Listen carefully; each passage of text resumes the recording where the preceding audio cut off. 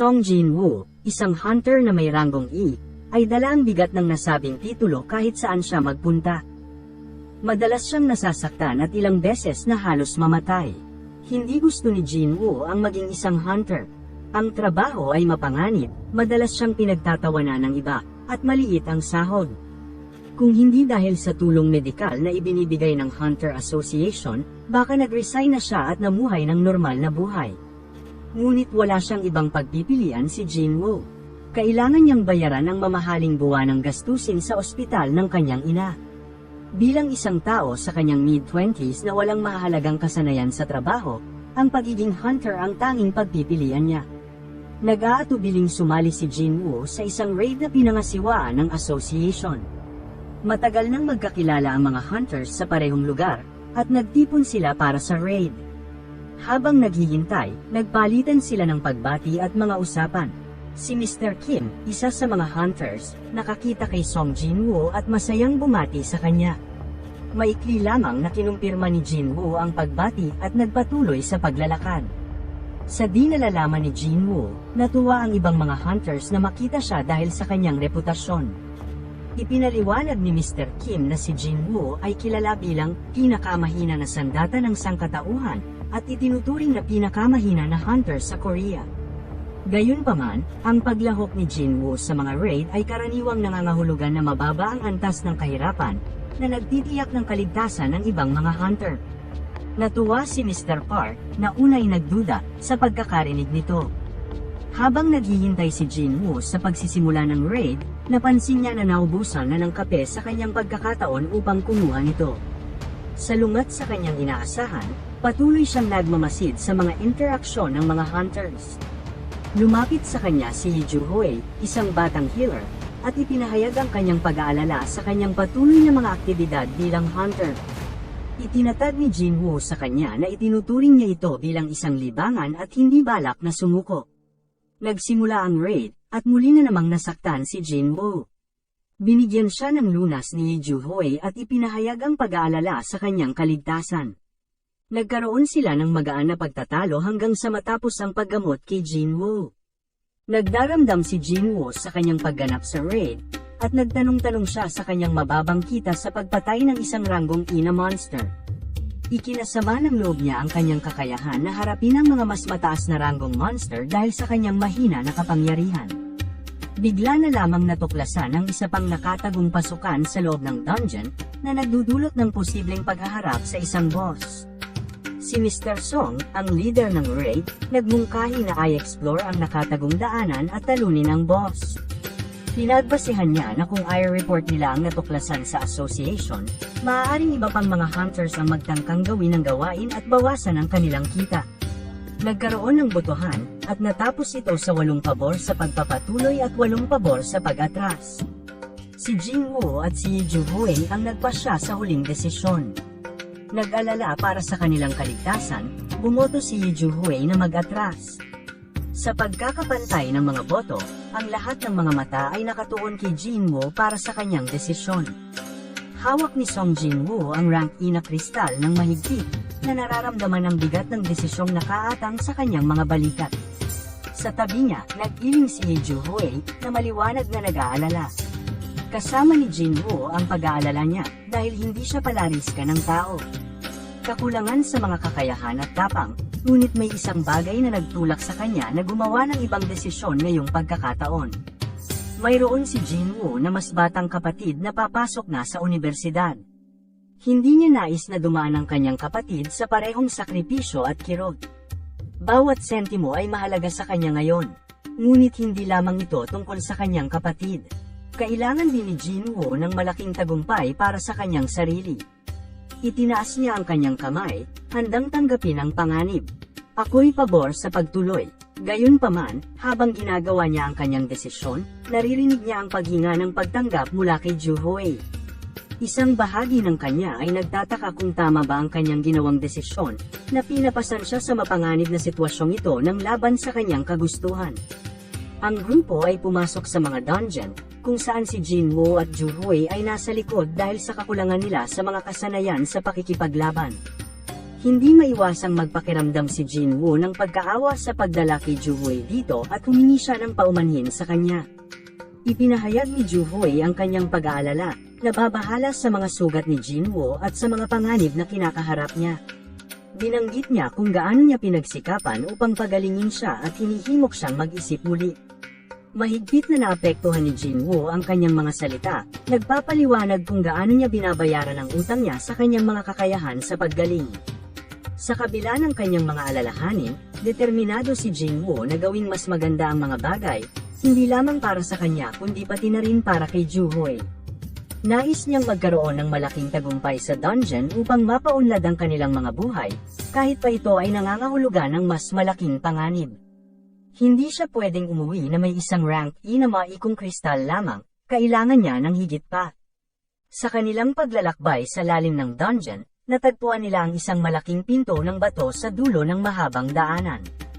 Nagtipon ng mga hunters sa paligid ng pinto, nagpahayag ng kanilang pag-aalinlangan at pangamba. May ilang nagmungkahi na sumuko kung hindi nila mahahanap ang pinuno sa susunod na 20 minuto. Gayunpaman, ang isang batikang hunter na si Song ay ipinahayag ang kanyang determinasyon na ituloy ang laban, at nagmuni-muni ang iba sa potensyal na mga gantimpala ng dungeon.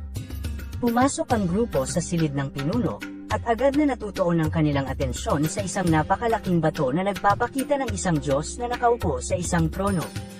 Ito ay isang nakamamanghang tanawin, ngunit swerte naman na hindi gumalaw ang bato na statwa. Nagkalat ang mga hunter, naghahanap sa silid at namamangha sa kagandahan ng mga estatwa na nakahilera sa mga pader. Napansin nila ang isang maikong pagkakabuo sa gitna ng silid at isang partikular na estatwa na may tatak ng mga alpabeto ng rune na nakakarve sa isang batong lata. Nalutas ni Song ang mga salita, nagpapakita na ang mga ito ay mga batas ng templo ng Karutenan. Habang lumalalim ang tensyon at patuloy na nagtatamo ng mga hindi kilalang bagay, hindi maiwasang maramdaman ni Jinwoo ang isang halo ng determinasyon at pangamba. Ang mga desisyon na kanyang ginawa at ang mga panganib na kanyang hinaharap ay nagdala sa kanya sa sandaling ito. At ngayon, kinakailangan niyang harapin ang mga hamon na naghihintay sa Dual Dungeon. Nabigla si Song Jinwoo sa maputlang kutis ni Juhoy. Nag-alala siya at tinanong kung hindi ba ito sumasama ang pakiramdam. Nanginginig, itinuro ni Juhoy ang malaking imahe ng Diyos, partikular sa mukha nito. Naguluhan si Jinwoo, ngunit kapansin-pansin sa kanya na walang pagbabago sa imahe ng Diyos. Nagpaabot ng pagtataka, tinanong ni Jinwoo ang sinasabi ni Juhoy tungkol sa paggalaw ng mga mata ng imahen. Mukhang takot si Juhoy, hawak ang braso ni Jinwoo at mas lalong nanginginig. Naramdaman niya ang nakakabahalang katahimikan sa paligid. Nawala ang tunog ng mga nagliliyab na sulog. Samantala, nagpapatuloy si Song sa pagbabasa ng mga inskripsyon sa batong tanso. Sinambit niya ang mga batas, sambahin ang Diyos, ipagtaas ang Diyos, at patunayang tunay ang iyong debosyon. Ang hindi pagsunod sa mga batas na ito ay magreresulta sa kamatayan. Biglang may malakas na ingay na sumabog, nagulat ang lahat. Natanto nila na ang pinto, na kanilang iniwan bukas, ay ngayon ay sarado. Lumapit ang isang hunter, naiinis at nais nang umalis, sa pinto. Gayunman, bago niya ito mabuksan, mabilis na bumalik sa pwesto ang imahen, hinatake ang hunter gamit ang espada nito. Pagkatapos nito bumalik ang imahen sa orihinal na posisyon. Kumalat ang pagkabahala sa mga natirang hunters. Natanto nilang ang mga imahen sa silid ay may kakayahang kumilos. Takot at hindi sigurado kung paano makipaglaban, nangamba sila sa kanilang tsansa laban sa mga imaheng ito. Gayunman, nauunawaan ni Jinwoo ang bigat ng sitwasyon. Naalala ni Jinwoo ang sinabi ni Juhoy tungkol sa paggalaw ng mga mata ng imahen, at naramdaman niya ang lamig sa kanyang likuran. Lumingon siya at nakita ang imahe ng Diyos na nakatitig diretso sa kanya. Sa kanyang takot, nagbago ang mga itim na mata ng imahen tungo sa pula. Kumilos ang mga instinkto ni Jinwoo, at sinabihan niya ang ibang hunters na umupo. Sa sandaling yon, lumabas ang mga pulang sinag mula sa mga mata ng imahen. Agad na pinrotektahan ni Jinwoo si Juhoy. Gayunman, maraming hunters ang hindi gaanong swerte at agad na nawala sa sinag ng imahen. Natakot at nagulat ang mga natirang hunters sa nakapangilabot na atake. Natanto nila na ang babala ni Jinwoo ang nagligtas sa kanilang mga buhay. Tiningnan nila siya na may halong pasasalamat at takot, na kinikilala ang kanyang mga instinkto at mabilis na pag-iisip. Sa gitna ng kaguluhan, pinag-utos ni Song na manatiling hindi gumagalaw ang lahat. Napansin ni Jinwoo na hindi na umatake ang imahe ng Diyos, bagaman nananatiling pula ang mga mata nito. Napansin din niya na ang mga sumasalungat lang sa itinakdang taas ang siyang tina-target ng sinag ng imahen.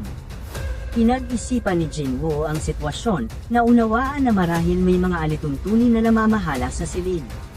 Naalala niya ang mga babala sa bato na binasa ni Song. Baka ang susi sa kanilang kaligtasan ay nasa pagsunod sa mga batas na ito. Binawalan ni Jinwoo ang pagtatanong ni Song at nagpahiwatig ng ilang sandali para makapag-isip. Maingat na tumayo siya, nakatutok ang mga mata sa imahe ng Diyos. Tulad ng inaasahan, nakatuon ang mga mata ng imahen sa kanya, at isang pulang sinag ang ibinuga sa kanyang direksyon. Sa isang di malayong pag-iwas, napatunayan ni Jinwoo ang kanyang teorya. Ang imahen ay umatake lamang kapag may sino mang lumampas sa partikular na taas. Isinugal ni Jinwoo ang kanyang buhay upang patunayan ang teoryang ito. Ngayon, nauunawaan niya ang kahulugan ng unang batas sambahin ang Diyos. Sa bagong natuklasang kaalaman na ito, handa si Jinwoo na harapin ang mga hamon na darating. Pinagtipon ni Jinwoo ang atensyon ng iba pang mga hunters at sumigaw sa kanila.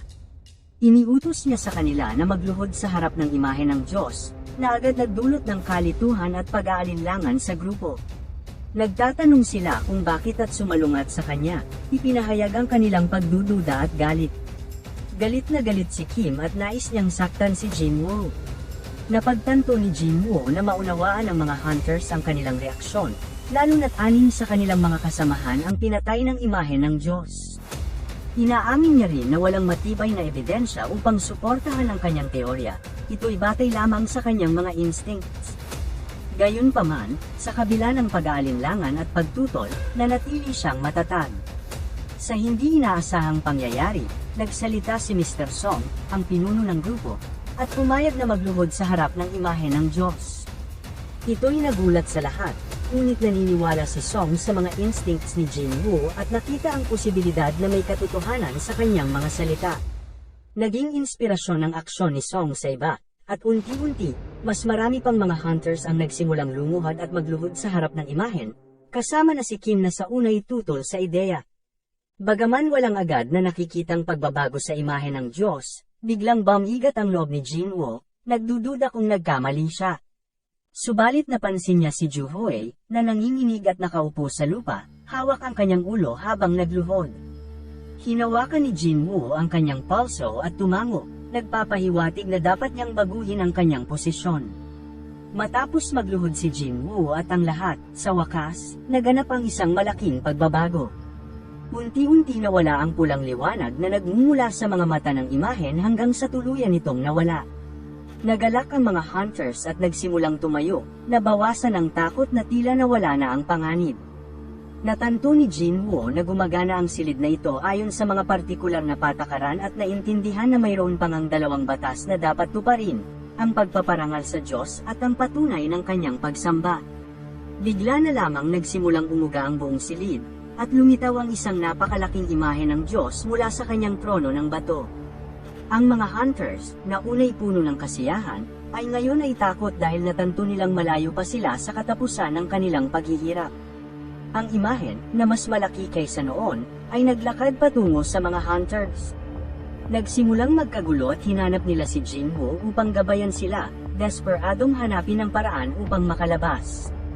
Ipinaalala ni Jinwoo sa kanila ang ikalawang batas, na ang ibig sabihin ay ang pagpaparangal sa Diyos. Ipinaliwanag niya na kailangan nilang humanap ng paraan upang tuparin ang tatlong batas. Isang batang hunter, tiwala sa kanyang kakayahan na magparangal sa pamamagitan ng kanyang karanasan sa simbahang Koro, lumapit at nagsimulang kumanta ng isang himno, umaasa na tuparin ang ikalawang batas. Huminto ang imahen sa harap niya, tila naapektuhan ang kanyang pagkanta. Gayunpaman, napagtanto ni Jinwoo na hindi sumusunod ang batang hunter sa mga patakaran ng silid kundi ginagamit ang mga prinsipyo ng Kristyanismo. Nagdalawang isip siya na makialam dahil wala siyang mas magandang solusyon. Sa kasamaang palad, nagresulta ang kanyang pag-aatubili sa kamatayan ng batang hunter na kumakanta.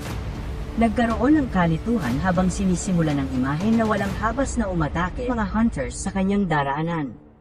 Natanto nilang kailangan nilang hanapin ng paraan upang magamit ang mga imahen para sa kanilang kapakanan. Ipinayo ni Jinwoo na tumakbo ang mga hunters patungo sa mga imahen na may hawak na mga instrumento pang musika. Natanto niya na ang mga imaheng ito ay nagiging aktibo lamang kapag lumalapit ang mga tao at umaasa siyang magagamit nila ang patakaran na ito para sa kanilang kapakanan. Kahit pagod na si Jinwoo, sumigaw siya sa mga hunters, nananawagan na sundan ang kanyang mga hakbang. Dala ang determinasyon sa kanyang mga mata, patuloy na tumatakbo si Jinwoo, dala si Juhui sa kanyang mga bisig, desperadong naghahanap ng paraan upang mabuhay sa mapanganib na silid na ito. Ang mga hunter, na buhay pa, narinig ang tinig ni Jinwoo, na nagdala ng pag-asa sa kanilang mga mata. Agad silang gumalaw patungo sa mga rebulto na may hawak na mga instrumento sa musika, pinaniniwalaan ang mga salita ni Jinwoo. Si Song ang unang dumating sa harap ng isang rebultong may hawak na harp. Sa kabiguan ng lahat, gumalaw ang mga daliri ng rebulto at lumikha ng magandang tugtugin. Sinundan ito ng iba pang mga hunter, nagmamadaling pumunta sa mga rebulto na may mga instrumento. Samantala, si Jinwoo ay nakaharap sa isang rebultong bato na may hawak na tambol na walang anumang palatandaan ng paggalaw. Ang rebultong Diyos ay mabilis na lumapit sa kanya, at na-realize ni Jinwoo na hindi ito maglalaro dahil sila ni Juhui ay magkasama. Walang oras na masayang, nagpasya si Jinwoo na hiwalayan si Juhui, sinasabi sa kanya na mamamatay silang pareho kung magkasama sila. Luhaan, humawak si Juhui sa kanyang damit, ngunit dahan-daang inalis ni Jinwoo ang kanyang kamay at tumakbo palayo. Patuloy na hinabol ng rebeltong Diyos, at ang puso ni Jinwoo ay kumakabog sa takot. Nang desperado, hinanap niya ang isang rebeltong may hawak na instrumento ngunit hindi niya ito natagpuan. Lumapit ang rebeltong Diyos, at naramdaman ni Jinwoo ang kanyang malapit ng pagkamatay. Napansin ni Jinwoo ang isang bato na rebulto na humahawak ng isang kalasag. Walang atubiling tinungo niya ito, umaasa na ito'y magbibigay sa kanya ng protection. Dinurog ng rebulto ng Diyos ang kanyang malaking sandata pababa patungo kay Jinwoo. Gayunpaman, ang tindi ng paghampas ay malaki, at si Jinwoo ay pumanaw-paurong, tumama sa lupa ng malakas. Naramdaman niyang sumakit ang buong kanyang katawan. Habang siya ay nakahiga sa lupa, ibinuhos niya ang lahat ng kanyang lakas. Siya'y lumiko upang makita ang isang rebeltong bato na may hawak na isang aklat. Ang mga labi nito'y kumikilos at lumilikha ng isang langit-ngit na awit. Malumanay ang ekspresyon ng rebeltong Diyos, at ito'y lumayo, bumalik sa kanyang trono. Lubos na natuwa si Jinwoo, at nagpagulong-gulong ito patungo sa isang malapit na rebulto, walang enerhiya ang natitira. Siya'y humiga sa sahig. Sumugod si Juhui patungo sa tabi ni Jinwoo, ang luhay umaagos sa kanyang mukha. Sinubukan niyang gamutin ang kanyang mga sugat, ngunit hindi niya kayang ibalik ang nawawalang binti ni Jinwoo gamit ang kanyang magic. Nagtipon ng natitirang mga hunters sa paligid, ang kanilang mga mukha'y puno ng kalungkutan. Nagugong ang silid, at isang altar ang lumitaw mula sa gitna, nakapagpapansin sa kanilang atensyon. Na-realize nila na isang hain ang kinakailangan upang patunayan ang kanilang pagsamba, kaya't kinuha ni Kim ang kanyang sandata at ininsis na si Song ang maging hain dahil siya ang nagdala sa kanila sa lugar na ito. Hinahadlangan ni Jinwoo ang kanyang mga salita, ngunit nanalangin si Song na manahimik siya. Sa hindi ganoon kagustuhang paraan, tinanggap ni Song ang kanyang responsibilidad at tumayo. Nakaintindi sa sitwasyon, itinuro ni Kim ang kanyang sandata patungo sa altar, inuudyukan sila na magpatuloy. Sa kabila ng kanyang galit, itinago ni Jinwoo ang kanyang mga salita. Si Song at ang iba pa ay handang tuparin ang huling pagsubok, batid ang mga sakripisyo na kanilang ginawa. At gayon, ang natirang mga hunter ay humarap sa altar, handa na patunayan ang kanilang pagsamba at tapusin ang huling pagsubok. Habang sila'y lumapit sa altar, biglang sumabog ang langit sa isang kamanghamanghang pagsikat ng asul na liwanag, pumalibot sa kanila ng mga apoy. Nagbukas ang mga pinto, nagpakita ng mas maliit na estatwa na nagsimulang gumalaw, tanda ng simula ng pagsubok. Napalakas ang tibok ng puso ni Jinwoo habang binalaan niya si Miss Ju. Hindi mo dapat isara ang iyong mga mata. Parang laro lang ito na nilaro natin noong tayo'y bata pa. Lumalapit sila kapag hindi mo sila tinitingnan. Ang kanyang tinig ay nag-echo sa kwarto at umaasa siyang nakikinig ang lahat. Biglang nagrebelde ang babaeng hunter at sumigaw bago tumakbo patungo sa pinto. Sa kagulat-gulat ng lahat, nakalabas siya ng buhay at kasabay nito ay bahagya ng nagsara ang pinto. Ang mga asul na apoy ay unti-unting namutla sa madilim na liwanag habang tumatagal ang panahon. Isang pula na apoy ang nawala kapag umalis ang hunter, at alam ni Jinwoo ang ibig sabihin nito. Kapag nawala na ang lahat ng pula na apoy, isasara ng lubusan ang pinto. Binalaan niya ang iba, huwag kayong gumalaw. Hindi natin kayang mawala ng iba pang tao. Kung mangyari yon, hindi na tayo magkakasapat upang pigilan ang papalapit na mga estatwa, ang sabi ng grupo kay Jinwoo, ang kanilang leader. Inaasahan na mayroon siyang solusyon. Ang kailangan lang natin ay manatili at tingnan ang mga estatwa hanggang mawala ang asul na apoy, sabi niya ng mahinahon. Ang mga asul na apoy ang mga timer. Makakalabas tayong lahat kapag magawa natin ito. Nagduda ang leader, pero hindi ba maaaring tuluyan na lamang magsara ang mga pinto kapag nag-expire ang oras, tanong niya. May panghihinayang ang taong nagturo ng daliri. Palagi niyang itinuring na hamak si Jinwoo, hindi umaasang may magagawa ito, kahit na sumama siya sa kanilang grupo. Ngunit maraming taong namatay sa kwartong iyon, at ang mga natirang buhay ay dahil sa kanya. Maaaring tama ka, sabi niya, pero huwag kang umalis. Kailangan ka namin. Sa puntong iyon, nagtakbo ang taong nagturo, at hindi maiwasang humanga si Jinwoo sa kanyang tapang. Huwag kang magalit sa kanya ng labis, naisip niya. May pamilya rin siya tulad ng sa atin. Sinigawan ni Jinwoo, kung lilisan ka, ikaw ang magdudulot ng kapahamakan sa ating lahat. Alam niyang kailangan niyang panatilihin ang grupo na magkasama kung nais nilang mabuhay, at determinado siyang tiyakin na makalabas ang lahat ng buhay. Ang boses ng leader ay nag-echo sa kwarto habang nagbabanta ang mga pinto na magsara. Huli na para sa kanila upang makatakas, ngunit sa wakas ay naintindihan na niya kung ano ang nangyayari. Dapat kayong umalis ngayon, sabi niya, ang kanyang tinig ay nagmamadali. Mananatili ang mga pinto na bukas hanggang nandito ako. Kayo'y bata pa, may pagkakataon pa kayong mabuhay. Zuhi, tutulungan mo si Jinwoo na lumabas dito. Tumayo si Juhi, ngunit biglang nawala ng lakas ang kanyang mga binti. Mukhang sobra kang nagamit ng mana, na obserbahan ni Jinwoo. Ang sitwasyon ay malubha, at ang tanging paraan upang makatakas ay kung dadalhin ng leader si Juhi palabas. Nakapangako akong bibilhan kita ng hapunan, sabi ni Jinwoo, sinusubukang gawing magaan ang atmosfera. Ngunit hindi nasa mood ang leader para sa biro. Pakialagaan mo siya, sabi ni Jinwoo, ang kanyang tinig ay seryoso. Sinubaybayan ni Jinwoo ang kanyang mga kasama habang sila'y lumalabas sa pinto na biglang nagsara sa likod nila. Nabuhay ang mga estatwa, sumaksak sa kanya ng paulit-ulit. Ayaw kong mamatay, sigaw niya, ang kanyang isipan ay puno ng alaala ng mga dating pagkakasalang buhay. May pamilya rin ako. Habang nasa isang batisan ng kulay pulang dugo si Jinwoo, biglang nagpakita ang isang screen ng sistema sa kanyang mga mata. Natapos mo na ang lahat ng kinakailangang kahilingan ng lihim na quest. Tapang ng mahina, ang nakasulat. Ano ito? Nagtaka si Jinwoo, naguguluhan. Natapos ang lihim na quest at lahat ng kinakailangang kahilingan. Saan ba nanggagaling ang tunog na ito? Nagbigay ng opsyon sa kanya ang screen. Nakamit mo ang karapatan na maging isang player. Tatanggapin mo ba? Wala ka ng maraming oras. Kapag tumanggi ka, titigil ang iyong puso pagkalipas ng 2 segundo. Tatanggapin mo ba? May 1 segundo lang si Jinwoo upang gumawa ng desisyon. Ito'y pagkakataon na mabuhay, ngunit sulit ba ito? Iniisip niya ng mabuti at nagdesisyong sumugal. Tatanggapin ko, mariin niyang sabi.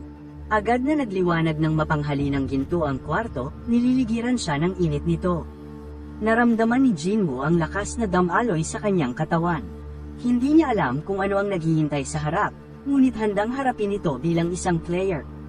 Binukas ni Jinwoo ang kanyang mga mata at biglang umupo. Pakiramdam ng kanyang mga dibdib ang nagpatigil sa kanya. Isang ospital ang kinalalagyan niya, isang lugar na lubhang pamilyar sa kanya. Bigla na lamang, pumasok sa kanyang kwarto ang dalawang lalaking nakaitim. Manhin kung nagulat ka, Ginoong Wu. Ito ang aking card, sabi ng isa sa kanila, na nag-abot sa kanya ng isang card. Korean Hunters Build Inspectors Division. Hindi maiwasang mag-isip ni Jinwoo kung ano ang nais ng mga inspektor mula sa kanya. Ligtas ba ang ibang mga hunter? Tanong niya, nabawasan ang kaba nang malamang ligtas naman sila, maliban kay Hunter Ju na kailangan ng panahon para mag-recover mula sa matinding trauma. Noong dumating kami sa dungeon, nakita namin ang iyong bangkay na nakahandusay sa ibabaw ng isang altar. Wala nang mga estatwa sa silid. Kung hindi namin natagpuan ang ilang bahagi ng katawan ng mga yumao, baka iba ang pinangyarihan ng pangyayari, paliwanag ng inspektor, iniwan si Jinwoo na naguguluhan. Amin pong pinaniniwalaan na ikaw ay tumanggap ng double awakening. Nagpatuloy ang inspektor, seryosong tono ang kanyang tinig. Isubok namin ang iyong mga kapangyarihan. Mangyaring ilagay ang iyong kamay sa bato sa makina. Nagpakita ang bato ng mana level na 10, ang pinakamababa niyang rank ay nasa hindi bababa sa 70. Matapos ang pagsusuri, iniayos ng Inspector Division ang kanilang mga gamit at umalis. Hindi maiwasang maramdaman ni Jinwoo ang kaunting panghihinayang sa mga resulta ng pagsusuri. Mukhang ako nga ang pinakamahina, bulong niya sa sarili. Pero hindi siya pwedeng maghintay sa mga ito ng matagal dahil dumating ang kanyang kapatid na si Gina, na nagalit sa kanya. Eksperto si Gina sa mga video game, at alam ni Jinwoo na maaaring matulungan siya ni Gina. Gina, kailangan ko ng tulong.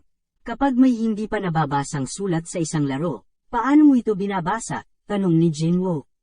Kailangan mo munang buksan ang iyong mailbox. Tapos doon mo basahin ang mga sulat, sagot niya, na medyo naguguluhan. Biglang nagpakita ng sistema screen, na nagpapabatid kay Jinwoo ng mga hindi pa nababasang pang-araw-araw na mga misyon at nagbabala sa kanya tungkol sa mga parusa kapag hindi niya sinusunod ang mga utos ng sistema. Ang mga sulat ay naglalaman ng mga misyon na kailangang matupad, tulad ng pagpatay ng mga specific monsters o pagkuha ng mga specific items. Hindi naintindihan ni Jinwoo ang anumang yon, pero alam niyang nakita na niya ito noon sa kanyang huling hantungan pa. Gusto ng bagong quest na tapusin niya ang maraming exercise tasks, pero nasa ospital siya at walang oras para doon.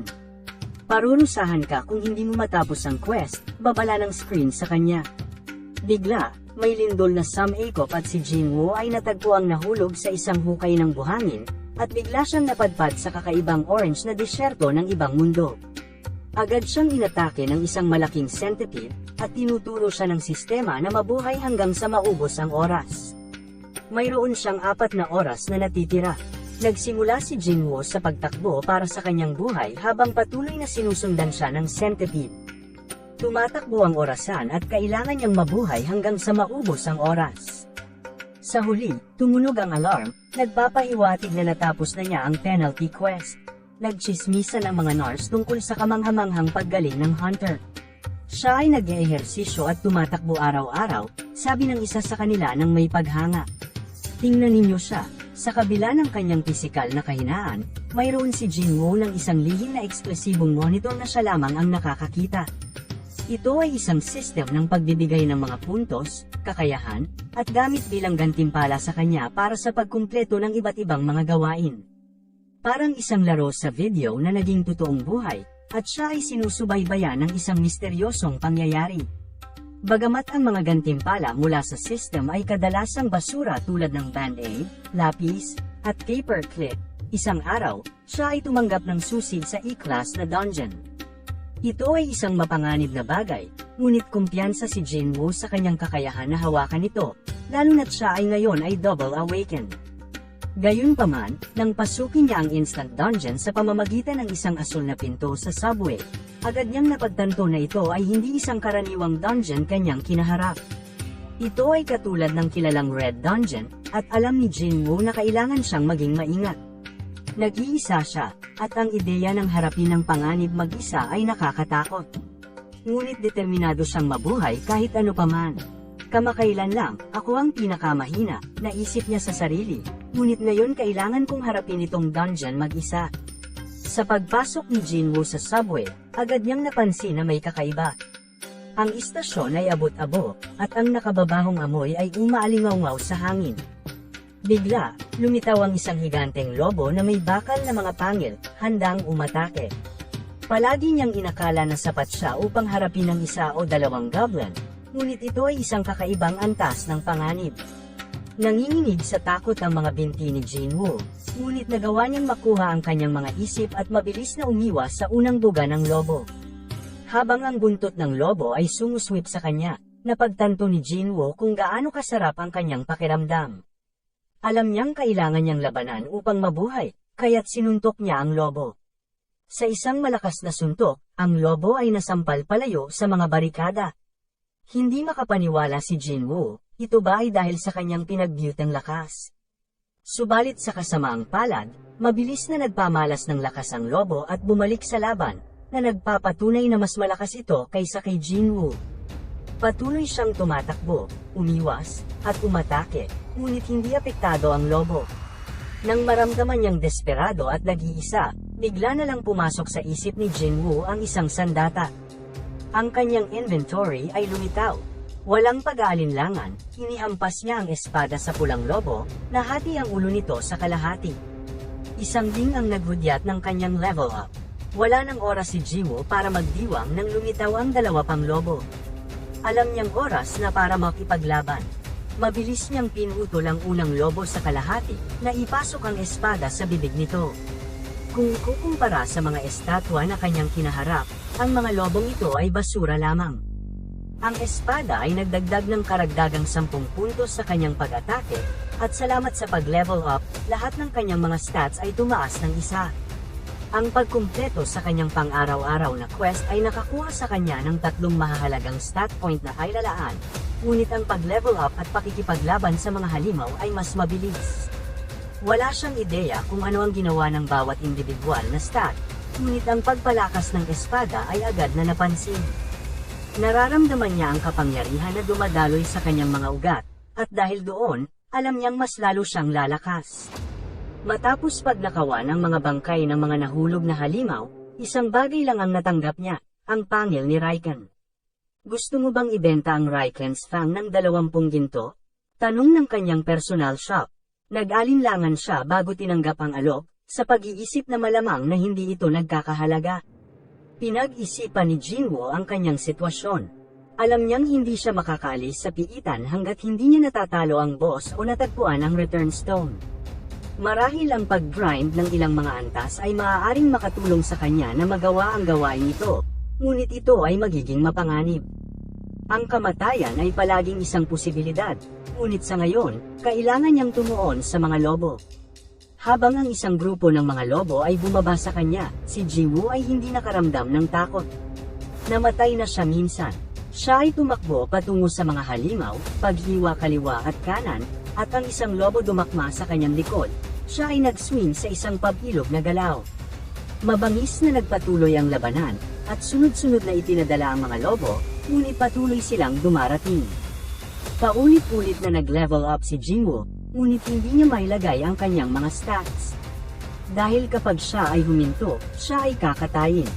Ang pahinga ay hindi rin isang opsyon. May pamilya siyang pinoprotektahan at hindi niya kayang ipagpatuloy ang pagiging mahina. Sa bawat ingay ng leveling up na alarm, mas naging confident si Jinwoo sa kanyang mga kakayahan. Naubos niya ang lahat ng mga lobo, at sa wakas, nakatanggap siya ng bagong titulo, Wolf Slayer. Ang kanyang espada ay naging mapurol dahil sa walang humpay na pakikipaglaban.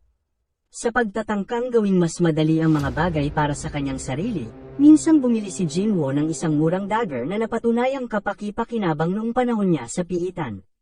Gayunpaman, ang dagger ay napakadaling nabali sa panahon ng labanan ng boss, kahit na ito ay nadagdagan ng kanyang mga loot drop.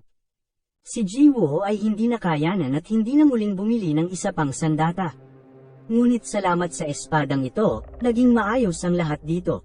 Nakuha ni Jinwoo ang titulong Wolf Slayer, na ibinigay sa mga hunter na bihasa sa pakikipaglaban sa mga lobo.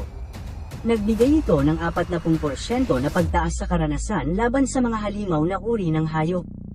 Sinuri niya ang kanyang inventaryo, na kinabibilangan ng 34 na pangil ng lobo, 2 suot na punyal, mga damit ng manlalakbay, at isang heartstone.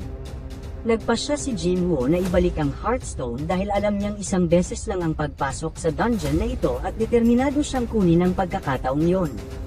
Bumalik siya sa pagpatay sa mahihinang halimaw at sa bawat link, nag-level up siya.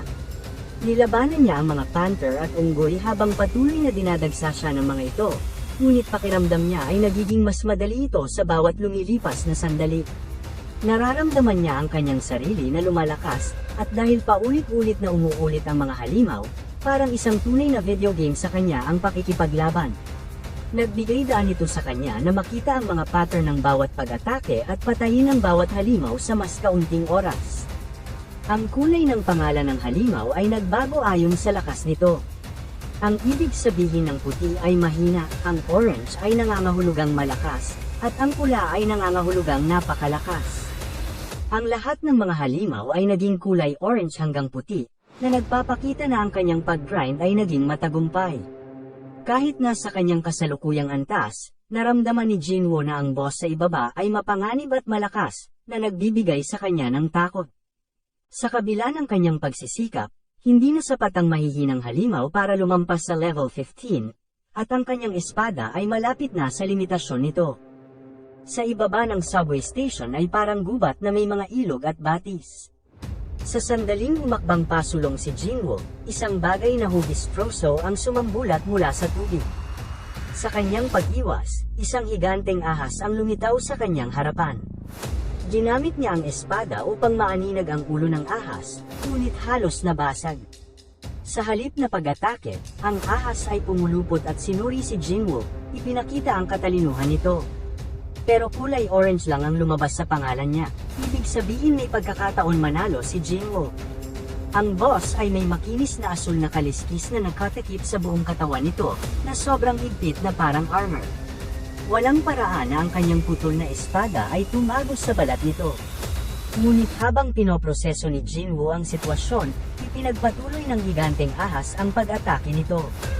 Ibinalik ni Jinwoo ang kanyang basag na espada at inihanda ang sarili para sa susunod na pag-atake. So, ikaw ang boss ng lugar na ito?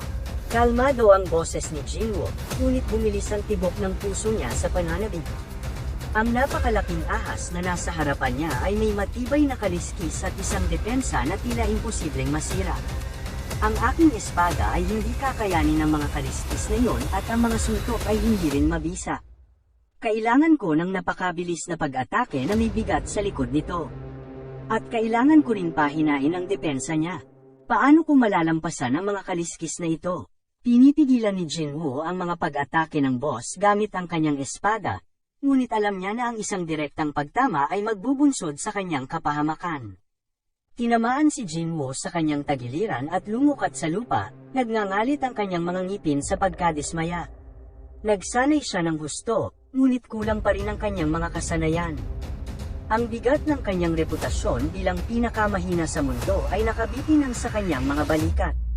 Pumunta siya rito upang maging mas malakas, upang itulak ang kanyang mga limitasyon at patunayan ang kanyang halaga. Alam ni Jinwoo yon hindi sapat ang lakas lamang. Ang takot ay maaaring maging sanhi ng pagkatalo kahit na ang pinakamalakas na mandirigma. Ngunit habang siya ay muling tumayo upang harapin ang boss, naramdaman ni Jinwoo ang panibagong determinasyon na bamalat sa kanya. Kumpara sa lalaking yon, kumpara sa takot mula doon. Hindi man lang ako natatakot, bulong niya sa sarili. Inilagay ko lahat ng stats ko sa strength. Sakaling ko ang ahas na ito hanggang mamatay. Lumundag si Jinwoo at yamakap sa leeg ng boss. Sinakaw niya ng buong lakas, umuumbok ang mga kalamnan. Mamatay ka. Sigaw niya, umalingaw-ngawang boses sa loob ng silid. Sa isang saglit, tila hindi susuko ang boss. Ngunit pagkatapos, sa huling laban, bumagsak ito sa lupa. Humiga si Jinwoo laban sa ahas, humihingal sa pagod. Mas malakas. Bulong niya sa sarili. Medyo lumakas yata ako. Tumunog ang alarm, na nagpapahiwatig na matagumpay na napatay ni Jinwoo ang kinatatakutang boss ng dungeon, ang Blue Poison Fang Resoka. Gayunpaman, ang tagumpay ay dumating sa isang malaking kapalit. Ang damit ni Jinwoo ay punit-punit, at ang espada na natanggap niya ay nabasag. Masakit ang bawat bahagi ng kanyang katawan, ngunit hindi niya ito pinagsisihan. Pagkatapos ng lahat, Nakakuha siya ng isang mahalagang kayamanan na isang dagger na ginawa mula sa nakamamatay na mga pangil ng Resoka. Ang lakas ng pag-atake ng bagong sandata ay higit sa 2 beses kaysa sa dati niyang dagger, at mayroon pa itong karagdagang bonus ng paralysis at mga epekto ng bleeding effect. Kasama ang dagger, nakatanggap din siya ng isang bag na puno ng mataas na antas ng lason, na inimbak niya para magamit sa ibang pagkakataon.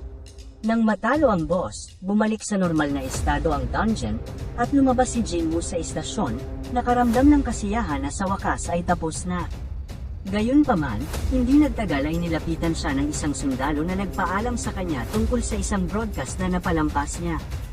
Bilang isang hunter, si Jinwoo ay ginabayan ng sundalo sa mga lansangan, na ngayon ay puno ng pagkawasak at mga bangkay ng mga halimaw. Malinaw na may nakabukas na gate sa malapit, at habang kinatay na ang maliliit na halimaw, nanatili ang boss. Nararamdaman ni Jinwoo ang presensya ng boss, marahil dahil sa kanyang high sense stat. Pagkatapos ay nakita niya ang isang grupo ng mga hunter na inaatake ng isang higanteng golem na kidlat. Ang tanker ay nagpupumilit na pigilan ito, at ang mga healer ay naabot na ang kanilang limitasyon. Alam ni Jinwoo na kailangan ng reinforcements, ngunit ang golem ay may mataas na depensa, at kulang sila ng mga caster. Samantala, abala ang mga sundalo sa pagpapanatiling ligtas sa mga sibilyan sa gitna ng kaguluhan. Kabilang sa mga healer ay si Miss Juhee, na natroma pa rin sa nakaraang engkwentro. Nakikita ni Jinwoo na siya ay nahihirapan, ngunit alam niya na kailangan niyang pagtagumpayan ang kanyang sariling takot upang iligtas ang lahat. Sa kanyang putol na espada, naglunsad siya ng isang malakas na hampas mula sa malayo, tinamaan ang golem at natamba ito ng isang tama. Ang tanker ay namangha sa lakas ng pag-atake at tumingin sa paligid para sa hunter na responsable. Gayunpaman, umatras na si Jinwoo, at napatanong sa sarili kung ay tumaas na ang kanyang hunter rank. Nakita ni Juhee ang lahat ng ito at hindi niya maiwasang makaramdam ng pagkamangha at paghanga sa katapangan at kapangyarihan ni Jinwoo. Sa wakas ay pinalabas na si Jinwoo sa ospital ngayon, at habang ginagawa niya ang kanyang pang-araw-araw na mga quest, hindi niya maiwasang makaramdam ng ginhawa na wala ng mga penalty quest para sa kanya. Gayunpaman, ang pang-araw-araw na quest ay nagsisimula ng magdulot ng pagbabago sa kanyang katawan, na napansin ng mga nurse na patuloy na inihingi ang kanyang numero ng telepono. Samantala, sa bahay, ang kapatid ni Jinwoo ay lalong nag-aalala tungkol sa matinding pagbabagong nakikita niya sa kanya. Kontra ni Jinwoo, itigil ang kanyang kalokohan at magdala ng kayang, uulan ngayon. Maging ligtas sa iyong pagpunta sa paaralan. Iniangat ni Jinwoo ang kanyang status window at namangha sa mga pagbabagong nakita niya. Imposibleng ilang linggong pag-eehersisyo ay maaaring makapagpabago sa kanya ng husto, marahil dahil lahat ng kanyang points ay inilaan sa strength. Gayunpaman, napagtanto niya na ang paglalagay lahat ng kanyang mga puntos sa strength ay hindi maganda at nagpa siya na ipamahagi ang mga ito ng pantay-pantay.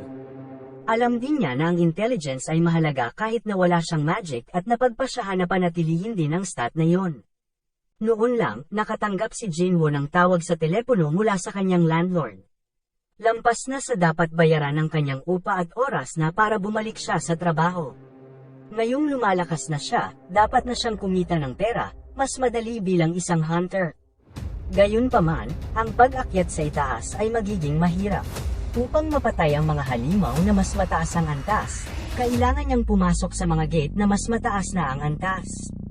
Ngunit hindi pa siya handa para ma-evaluate ang kanyang rank. Kailangan niyang humanap ng ibang paraan. Napagtanto yun ni Jinwoo, kailangan muna niyang maging mas malakas. Sa sandaling makakuha siya ng mataas na rank, alam niya na ang masasamang tao ay lalapit, na magiging mapanganib para sa kanya at sa kanyang pamilya. Sumali na lang muna siya sa isang personal attack force para kumuha ng mas maraming manpower at punan ang kanilang party. Pagdating sa site ng gate, sinalubong si Jinwoo ng pinuno at iba pang miyembro na kumutya sa kanya sa pagiging pinakamahinang hunter sa mundo. Pinigilan ng pinuno ang kanilang panunukso at ipinaliwanag na kailangan nila ng mas maraming tao para makapasok sa dungeon. Si Jinwoo ay babayaran ng malaking halaga ng 2 milyong won para lamang sa pagpapakita at pagpuno sa party. Binigyan siya ng kontrata para sa trabaho. "Ako si Jinwoo," sabi ng isang kapwa recruit na nandoon din para punan ng party. Ako ay 22 at isang D-rank hunter. Nagulat si Jinwo sa makintab na armor ni Jinho at tinanong siya kung siya ay anak ng isang milyonaryo. Inakay ng pinuno si Jinwo sa kanilang mga kagamitan, na siya naman ang baalang magdala. Naglalaman ito ng pagkain, damit, at mga first aid kit. Nahirapan ng mga personal attack forces na makahanap ng mga healer, kaya ito ang palagi nilang ginagawang pag-raid. Ang grupo ay pinasok ang mas malalim na bahagi ng dungeon, ngunit sa kanilang pagtataka, walang mga halimaw na nakikita. Posible bang magkaroon ng dungeon na walang halimaw? Umalingaw-ngaw ang boses ni Jinho sa nakakatakot na katahimikan. Pinatahimik siya ni Jinwo, ang kanyang senses ay nasa mataas na alerto. Hindi naman sa wala, hindi pa lang nagpapakita. Ang mga halimaw na ito ay marahil ay nagtataglay ng mataas na talino, sagot niya. Biglang isang malakas na tili ang bumalat sa katahimikan, at nanlaki ang mga mata ni Jinwo sa pagkaalarma. Mga insektong halimaw, sigaw niya, habang bumubuhos ang isang grupo ng mga langgam mula sa itaas nila. Ang tank ay nagsimulang kumilos, gamit ang provoke upang kontrolin ang daloy ng mga langgam, habang ang mga damage dealer ay nagtulungan upang patayin ang mga ito.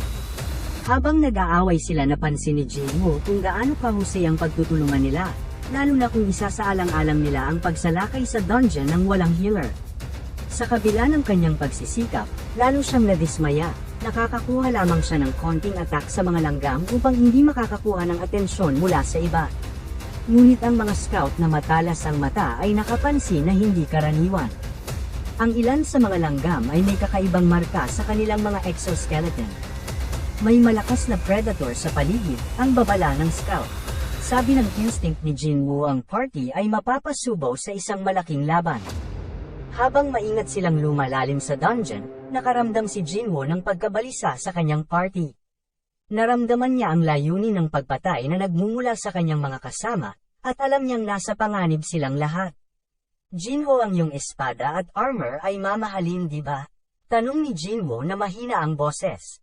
Oo, siniguro ng aking ama na maganda ang aking kagamitan matapos marinig na ako ay pupunta sa aking unang raid. Sagot ni Jinho, baka sa mukha niya ang pagkalito. Hindi ako sigurado, pero dapat kang mag-ingat, babala ni Jinwo. Ang kanyang mga mata ay iniska ng kadiliman para sa anumang mga palatandaan ng panganib. Paiba-iba ang sukat ng mga dungeon, at mahirap hulaan kung gaano katagal bago makaalis dito. Ang ilang mga dungeon ay maaaring masakop sa loob lamang ng ilang oras, habang ang iba ay maaaring tumagal ng ilang linggo upang galugarin at suriin. Binalaan siya ng system ni Jinwo tungkol sa mga lizards, ngunit hindi niya maisip kung bakit. Gayunpaman, alam niya na ang kanyang masamang premonitions ay karaniwang tumpak. Ang grupo ay gumugol ng maraming oras sa pagsusuri sa dungeon, ngunit ang lahat ng nakita nila ay mga patay na langgam. Ginamit ng scout ang kanyang ilaw upang maipaliwanag ang kasalukuyang silid, at isang kakilakilabot na tanawin ang naghihintay sa kanila. Sa wakas ay napadpad na sila sa silid ng boss, at puno ng mana crystal ang lugar, parang naka-jackpot sa dami. Bagamat mas mababa ang halaga ng mga kristal ng mana kaysa sa mga core ng halimaw, nababawi nila ito sa dami. Hiniling ni Jinho na siyasatin ang kontrata ni Jinwo, at itinuro niya na walang nakasulat tungkol sa hatian ng kristal kay Jinwo. Gayunpaman, ang mga death glare na natanggap niya mula sa iba pang mga miyembro ng ay nagpapahiwatig ng iba. Ang pangunahing isyu ay mayroon silang limitadong oras upang lumabas sa dungeon kapag natalo ang boss. Ibig sabihin dapat makapagmina muna sila ng kristal bago patayin ang boss. Mabuti na lang at mahimbing ang tulog ng boss matapos lamunin ang lahat ng kasamahan niya. Na-realize ni Jinwo na walang sense ang party setup ng grupong ito. Ito ay ipinag-uutos na magkaroon ng 10 tao na pumasok sa isang dungeon, ngunit mayroon lamang silang 8. Ginawa ng grupo ang palusot na nakalimutan nila ang mga kagamitan sa pagmimina sa sasakyan. Ginamit nila ito bilang isang perpektong pagkakataon para barikadahan sina Jinwo at Jinho sa loob ng boss room. Noon ibinunyag ng mga lizards ang kanilang tunay na mukha. Nag-flashback si Jinwo sa isa sa mga naunang dive niya sa dungeon. Isang veterano ang nagbigay sa kanya ng mga tips kung paano manatiling ligtas sa loob ng dungeon. Binalaan niya si Jinwo tungkol sa mga salamander. Minsan ay meron mga salamander na naghugis tao. Ang pagiging hunter ay napakadelikadong trabaho. Madalas mangyari ang aksidente sa loob ng mga dungeon. At kahit may mangyaring krimen, mahirap patunayan ito, kaya't ito ay karaniwan na rin. Walang CCTV o anumang ibang uri ng patunay sa loob ng dungeon. Kapag ikaw ay mahina, mas mabilis kang itataboy. Kung malakas ka, hahanapin nila ang iyong lakas. Kung napakahina mo at nakaharang ka sa kanilang daan, tulad ng isang lizard na naiiwan ng kanyang buntot, ikaw ay tatanggalin. Jinwoo, kailangan mong mag-ingat kapag pumapasok ka sa mga dungeon. Gawin mo ang iyong makakaya upang mabuhay. Si Jinwoo ay mahinahon at seryoso. Ito ang pagkakataon na kanyang hinihintay. Si Jinwoo naman ay naguguluhan. Ito ay ang kanyang unang pagsalakay. Dahil sa kanyang marangyang pamumuhay, hindi niya maintindihan kung bakit ang iba'y gagawin ito para sa isang kristal. Namalaya ni Jinwoo na siya ay nasa isang patibong mula pa sa simula ng raid. Ngunit kung gagawa siya ng anumang hakbang, ang mga kalaban ay handang saktan sila. Sa kanilang unang labanan pa lamang, sinabihan siya na hindi masyadong pansinin ang mga maliliit na bagay. Nalaman niya na ang grupo na ito ay may masamang hangarin. Kahit na ginawa nila ng mabuti ang pag-block sa kanilang daan palabas. Hindi gaanong malaking problema ang paglabas. Ang tunay na problema ay ang boss na ngayon gising na dahil sa pagsabog. Ang mga salamander ay bumalik mula sa kanilang tanghalian, umaasang natanggal na ang mga mahihina. Kung hindi gumana ang kanilang patibong, sila mismo ang kailangang pumatay sa boss, na magdudulot sa kanila ng pagkawala ng mga kristal. Ngunit sa kabilang banda, mayroon ding napakagandang gamit na nasa D-rank na hunter na si Jinwoo. Iyon ay depende kung gaano kalakas ang kanilang mayamang pamilya. Wala sa mga salamander ang lubos na tiwala na kaya nila mag-solo ng boss. Pagkatapos ng lahat, boss ay boss. Kaya walang kakayahan ng D-rank na patayin ito. Lalo na't mayroong tinatawag na pinakamahina sa mundo na siyang nagpapabigat sa kanya. Handa si Jinwoo na protektahan si Jinwoo, kahit pa ito ay magbayad ng kanyang buhay. Mag-iisip ako ng paraan, sabi niya. Kahit na natatakot siya sa maraming mata ng boss, sa kanyang kakilakilabot na bibig, at sa napakalaking sukat nito, nararamdaman ni Jinwoo na ang lakas ng boss ay nasa ibang antas. Ngumiti si Jinwoo sa pangungutya na yon. Naranasan ko na ang totoong halimaw na boss. Jinwoo, manatili ka dyan. Akin ang boss. Ang labanan ay malapit nang magsimula. Hindi naapektuhan si Jinwoo sa mga protesta ni Jinho. At upang mag-solo sa ganitong uri ng boss, kailangan mong maging D-rank, o kaya naman ay isang elite o sa antas ng C. Nauunawaan ni Jinwoo na siya ay mahina pa rin. Ngunit habang siya ay nakatayo sa harap ng boss, hindi niya nararamdaman ang takot. At sapat na yon para sa kanya na ibigay ang lahat ng kanyang makakaya. Para maibigay ang perspektiba, ang Blue Poison Fang Resuka ay maaaring nasa antas ng E-rank. At ang Golem ay isang D-rank, o mas mababa pa. Kumpara sa kanila, ang boss na ito ay napakalakas. Nadarama ni Jinwoo na sapat na ang kanyang lakas upang hindi matakot sa boss na may antas ng C. Ang aking kasalukuyang antas ay 18, kaya kung harapin ang isang C-rank na boss. Sinimulan ni Jinwoo ang laban sa pamamagitan ng isang aerial assault. Ang kanyang unang atake ay nagtagumpay. Ang fangs ni Resuka ay isang magandang sandata, hindi ba? Sinabi niya ito sa kanyang sarili. Ang pakiramdam na ito ang dahilan kung bakit tinatawag na isang hunter ang isang hunter. Ang tunay na laban ay magsisimula ngayon. Si Jinho ay nagulat, hindi maaaring isang E-rank na hunter ito. Tumataas ang bilis ni Jinwoo habang patuloy ang laban. Ang kanyang sandata ay nagdudulot ng mga kislap habang binabawasan ang gagamba. Medyo makapal ang balat nito. Kung gusto kong saktan ito gamit ang dagger, kailangan kong isaksak ng malalim. Lumayo si Jinwoo mula sa isang atake na sumadsad sa sahig. Dahil sa dami ng mga mata nito, walang blind spot ang boss. Ginagawa ni Jinwoo ang lahat para malapitan ang boss. Tunay bang isang E-rank na hunter ang taong ito? Hindi. Hindi ka panipaniwala. Pero siya ay tiyak na nirehistro bilang E-rank sa Korean Hunters Association. Halos hindi ko siya masundan ang kanyang galaw. Talaga bang peke ang kanyang rank? Sa mga hunter, may mga pagkakataon na ang ilan sa kanila ay kayang kontrolin ang presensya ng kanilang magical power. Kung ang isang hunter ay ginawa ito ng sadya upang magkaroon ng mas mababang rank, karaniwang tinatawag silang pecking rankers. Hindi naman ata isang psychopath si Jinwoo na pumapatay para sa kasiyahan. Hindi ko siya masundan at mas lalong bumilis ang kanyang galaw. Ama, bakit ko sinabing pupunta ako sa lugar na ito? Nilalabanan na ni Jinwoo ang boss ng mahigit sa 10 minuto. Kung magpapatuloy siya sa ganitong laban, mauubos ang kanyang stamina. Habang tumataas ang pagkapagod ni Jinwoo, bumabagal ang kanyang bilis. Hindi na niya kayang magpatuloy ng matagal. Panahon na para tapusin ito. Kailangan kong magdulot ng mga effect ng dagger tulad ng lason at bleeding sa mga mahihinang bahagi nito.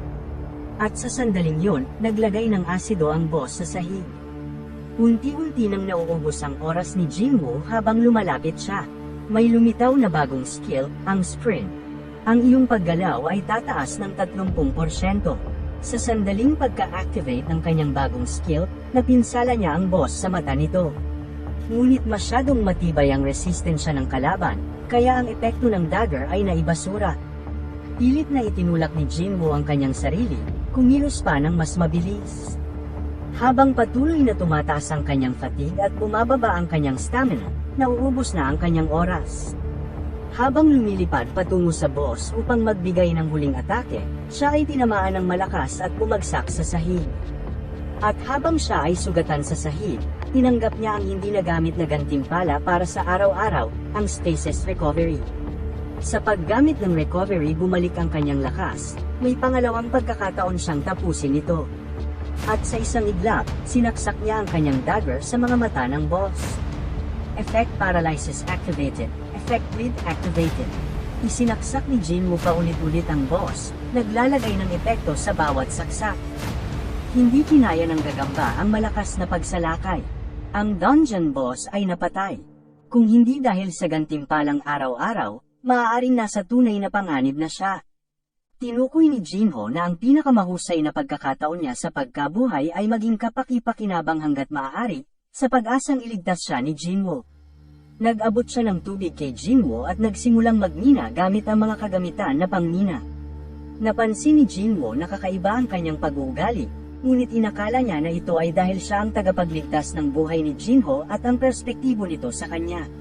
Sa kasalukuyang kalagayan ng dungeon, biglang nagpasabog ang mga salamander sa papasok sa silid. Nagulat sila sa kasalukuyang kalagayan ng dungeon. Buhay pa rin sila, at patay na ang boss. Hindi nila kayang patayin ito ng mag-isa. Malamang na malaki lang ang gagambang yon pero walang utak. Marahil dahil ito sa mamahaling gamit ng milyonaryo. Ito ay magiging magulo.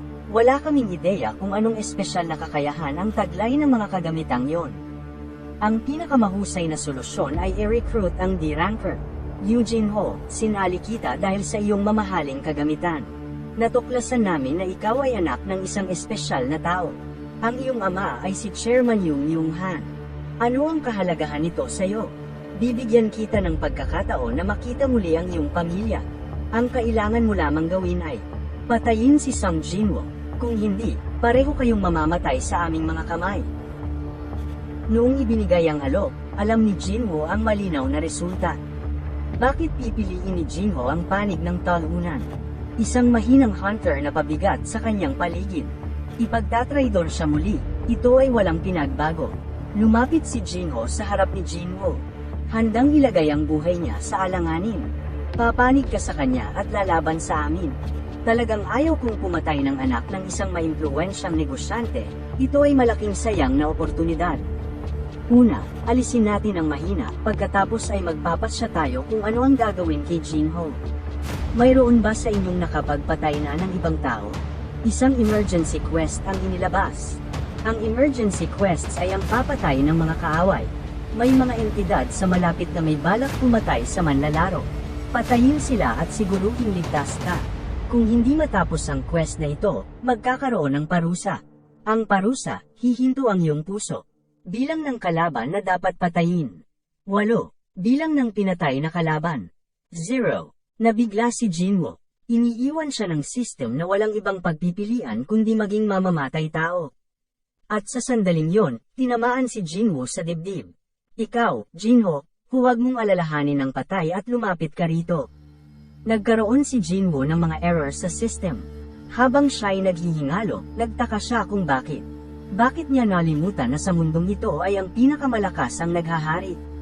Bakit siya nag-aalala sa iba? Dapat siyang mag-focus sa kanyang sarili. Tuwing pumapasok siya sa isang dungeon, kailangan niyang lumaban para sa kanyang buhay. Dapat niyang lampasan ang kanyang mga limitasyon. Malapit na siyang mamatay ng ilang beses. Walang nagbago. Ang system ay pinipilit akong pumatay. Pinipilit akong patayin ang mga kalaban ko. Patayin o mapatay. Ang system ay nag-iisip lamang para sa sarili nitong pangangailangan. Bumangon si Jinwoo, malakas at matatag. Ang system ay nagpapadala ng malinaw na mensahe. Dapat maging malakas si Jinwoo. Walang mabuting kalooban sa pagitan niya at ng system. Ginamit siya ng system. At ginamit niya ang system. Napansin ng mga salamander na nabuhay si Jinwoo. Akala ko'y hindi mo siya gaanong tinamaan. Hindi. Talagang binuhos ko ang lahat sa aking atake. Imposibleng buhay pa din siya. Pinaglalaroan ninyo ang buhay ng tao. Handa ka na bang harapin ang mga kahihinatnan? Anong sinasabi na ito? Kung kayo ay mga hunter, dapat handa kayong mahuli. Sir, ako na ang bahala sa kanya. Habang siya ay lumapit upang patayin si Jinwoo, ang ulo nito ay naputol mula sa katawan. Nagulat ang lahat. Sa kanilang nakita, walang nakaisip sa pangyayari. Nagumpisa ang system na magbilang. Isa, naglakad si Jinwoo hawak ang kanyang dagger. Wala nang nagbabago sa katotohanan na nakapatay ako ng isang tao. Kahit na ito ay utos mula sa system. Hindi na ako pwedeng tumakas. Kailangan kong tanggapin ito, kung tanging ang malalakas lamang ang makakaligtas. Nagkaroon si Jinwoo ng flashback sa lahat ng kamatayan at pagkawasak na kanyang nasaksihan sa nakaraang buwan. Sa kahindi-kindat na pangyayari kung saan nasawi ang lahat ng kanyang mga kasamahan. Sa sandaling yon, umusad siya tulad ng isang demonyo. Ang kanyang aurang kumikinang mula sa kanyang katawan. Ang kanyang mga mata ay nagliwanag ng determinasyon. Hindi ko alam ang kanyang ginawa, pero atakihin niyo siyang muli. Ang mage ay ibinuhos ang lahat ng kanyang lakas sa atake. Bago pa man tumama ang atake, pinatay na ni Jinwoo ang mage. Ito ang nagpabulaga sa mga natitirang kalaban. At dalawa pang kasama nila ang natamba sa lupa. Paano nakakagalaw ng ganito ang isang E-rank? Sobrang bilis niya. Nag-activate ang epekto ng paralysis. Hindi gumagalaw ang aking katawan. Mahika. Ito ba ay mahika? Naniniwala si Jinwoo na mas lumakas na si Jinwoo kumpara noong lumaban siya sa dungeon boss. Nag-activate ang epekto ng rhythm. Nag-activate ang epekto ng paralysis. Sa isang iglap, tinalo ni Jinwoo ang lahat ng kalaban. Natira na lamang ang leader. Bilang ng kalaban na dapat patayin. 1. Bilang ng pinatay na kalaban. 7. Galit na galit ang leader. Lahat ng kanyang mga kasapi ay napasuko sa isang kisap mata. Hindi mahalaga kung ano ang mga sekreto na tinatago mo. Ipapakita ko sa iyo na hindi lahat ng C-ranks ay pantay-pantay. Gumamit ng skill ang leader, empower. Hindi mo kayang tibagin ang aking depensa gamit lamang ang iyong dagger. Ikaw ay mapapahamak sa sandolong at atakihin mo ako. Hinawakan ni Jinwoo ang mukha ng leader. Huang Dongso, ikaw ay malakas. Pero may isang bagay kang hindi alam. Binagsak ni Jinwoo ang ulo ni Dongsok sa lupa. Patuloy akong lumalakas sa pag-level up. Huwag mo akong patayin, patawarin mo ako. Ibibigay ko lahat ng aking pera. Maaari mong makuha ang lahat ng mana crystals dito at pati na rin ang magic crystals. Humihingi ka ba ng kapatawaran mula sa tao na 3 beses mong sinubukang patayin? Akala mo makakalusot ka sa ganito? Hindi ba sinabi mo na walang nakakaalam kung ano ang nangyayari sa loob ng mga dungeons? Alam mo ba kung sino ang kapatid ko? Tinapos ito ni Jinwoo ang laban gamit ng Rosicas Fang. Nahilo si Jinwoo sa massacre na kanyang nasaksihan. Matapos matalo ang boss, sasara na ang dungeon. Umalis na tayo agad. Gantimpala ng quest, emergency quest, patayin ang mga kalaban. Lahat ng hinihingi ng quest ay kumpleto na. Tatanggapin mo ba ang gantimpala? Maaari kang pumili mula sa mga sumusunod na gantimpala bilang isa status recovery. Gantimpala bilang 2 karagdagang karanasan na plus 10. Gantimpala bilang 3 skill blood loss, effect lahat ng estado minus 50%. Sa isang dako ng Estados Unidos, isang S-ranked Korean hunter ay nagising na umiiyak. Sa Korea, sa Hunters Association, Manager Eugene Cho, isang sandaling pag-uusap. Ano ito? Sa isang C-rank dungeon raid, 8 katao ang namatay sa loob. Ang mga natira lang ay isang D-rank at E-rank na hunter, sir, na ipasa nila ang dungeon. Ang kagamitan ng D-rank na si Eugene Ho ay espesyal at dekalidad, kaya't posible na kinaya ang isang C-rank boss sa pamamagitan niya. Ngunit hindi dapat maging banta ang gayong boss sa isang organisadong partido ng 8 tao. Huwag ka na paligoy-ligoy. Yes sir, ang isa sa survivor ay si Jin Woo, na siya din ang survivor sa nakaraang raid.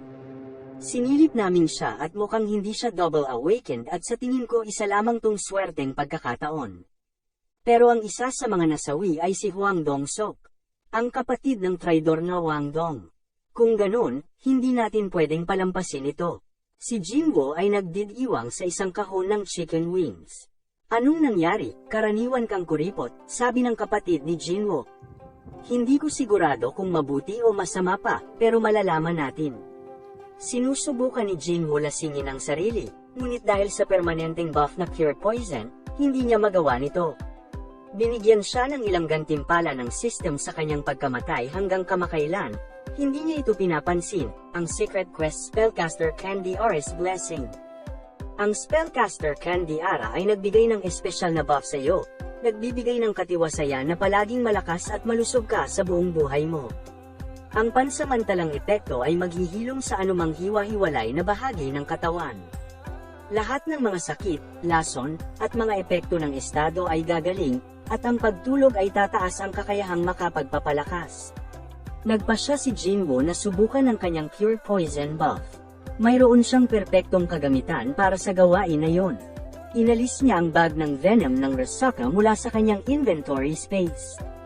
Kung gumagana ito ayon sa inaasahan, dapat itong tanggalin ng debuff. Mag-iiwan ang kahinaan ng mga kalamnan, minus 35% lakas, Rasaka Steel Scales, minus 20% pinsala sa pisikal. Tama nga ang akin hinala, sabi ni Jin Woo. Nakatanggap si Jin Woo ang permanenteng buff na walang mga negative effect na pagbawas ng pinsala sa pisikal, plus 20%. Nadistorbo ni Jin ang eksperimento niya. Kuya, kilala mo ba ang isang taong tinatawag na si Jin Woo? Tinatawagan kanya sa telepono. Dumating si Jin Woo sa isang sosyal na kapehan. Dito po, paano mo nakuha ang numero ko? Mayroon akong ilang koneksyon sa guild. Gusto mo bang kumuha ng tasa ng kape? Ayos lang ako. Hindi ko inaasahan na magkikita pa tayo, pero ikaw ang aking tagapagligtas, si Jin Woo. 1,008,001 mula sa pagbebenta ng mga magic crystals na nakuha ni Jin Woo mula sa kanyang pagmimina. Dahil nanahimik ka, wala pang problema. Sinubukan tayong patayin ng mga taong yon. Sa mga hunter, ang pag-survive ay para lang sa mga pinakamalakas, at ikaw, si Jin Woo, ay tiyak na isa sa mga pinakamalakas. Kaya bakit mo gusto ang makipagkita sa akin? Sa totoo lang, nagpaplano akong lumikha ng personal na puwersa sa pagsalakay. Kailangan kong tumanggi, pero hindi pa nga ako tapos sa aking pagsasalita. Hindi ko kailangang marinig ito. Nililikha mo ang isang personal na puwersa sa pagsalakay at gusto mong sumama ako, ngunit wala akong balak maglaro sa isang mayamang batang tulad mo. Aalis na ako kung wala nang iba. Kailangan kitang sumali lamang ng 20 beses. Hindi, sumama ka sa akin ng 19 na beses lang, at ibabahagi ko ng maayos ang kita sa iyo. Tama ba ang isip mo? Kahit nakakatakot ang mga eksena na iyong nasaksihan, gusto mo pa ring lumikha ng isang puwersa kasama ako.